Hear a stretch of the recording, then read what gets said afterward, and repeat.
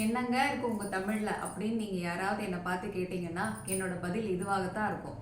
தேவாரம், திருவாசகம், திருமந்திரம், திருவருட்பா, திருப்பாவை, திருவெம்பாவை, திருவிசைப்பா, திருப்பல்லாண்டு, கந்தர் அனுபூதி, இந்திர புராணம், பெரிய புராணம், நாச்சியார் திருமொழி, இது போன்ற மிகச்சிறந்த பக்தி இலக்கியங்கள், நற்றிணை, குறுந்தொகை, ஐங்குறுநூறு, பதிற்றுப்பத்து, பரிபாடல், அகநானூறு, புறநானூறு, கலித்தொகை, இது போன்ற 8 தொகை சங்க நூல்கள், திருமுருகாற்றுப்படை, சிறுவானாற்றுப்படை, பெரும்பானாற்றுப்படை, பொருணராற்றுப்படை, முல்லைப்பாட்டு, மதுரை காஞ்சி, நெடுநல்வாடை, குறிஞ்சிப்பாட்டு, பட்டினப்பாலை, மலைபடுகடாம், இது போன்ற 10 பாட்டு சங்க நூல்கள், திருக்குறள், நாலடியார், நான்மணிக்கடிகை, இன்னா 40, இனியவை 40, கார் 40, களவழி 40, ஐந்திணை 50, திணைமொழி 50, ஐந்திணை 70, திணைமாலை 150, திருக்கடுகம், ஆசாரக்கோவை, பழமொழி, முதுமொழி காஞ்சி, ஏலாதி, இந்நிலை, இது போன்ற 14 கீழ்கணக்கு நீதி நூல்கள், சிலப்பதிகாரம், மணிமேகலை, சீவக சிந்தாமணி, வளையாபதி, குண்டலகேசி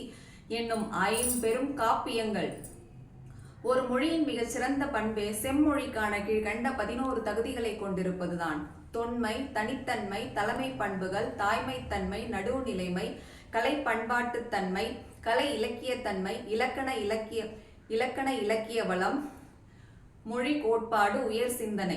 இந்த 11 தகுதிகளையும் கொண்ட உலகின் மிக மூத்த மொழி என் தாய்மொழி தமிழ்மொழியாகும். தாய்மொழி தமிழ்மொழியின் சிறப்பு பெயர்களை தெரிந்து கொள்வோமா?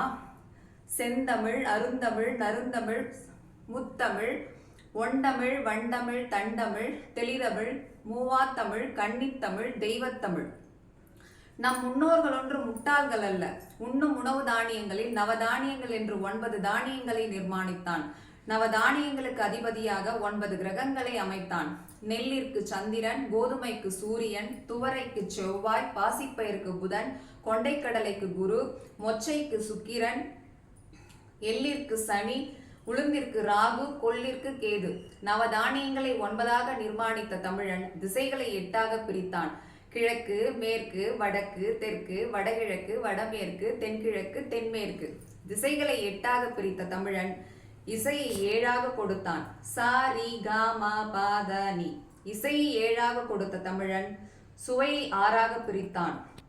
இனிப்பு, கசப்பு, புளிப்பு, துவர்ப்பு, உவர்ப்பு, கார்ப்பு.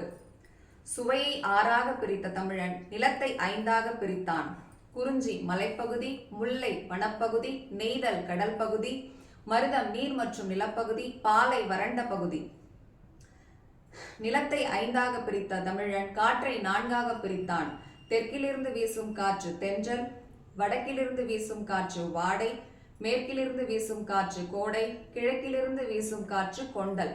காற்றை 4ஆக பிரித்த தமிழன் மொழியை 3ஆக பிரித்தான். இயல் இயற்றமிழ், இசை இசைத்தமிழ், நாடகம் நாடகத்தமிழ். இம்மூன்றும் தமிழ்மொழிக்கு இணையான கூறுகள் என்பதை முத்தமிழ் என்னும் கருத்து கோட்பாடு வெளிப்படுத்தி நிற்கின்றது.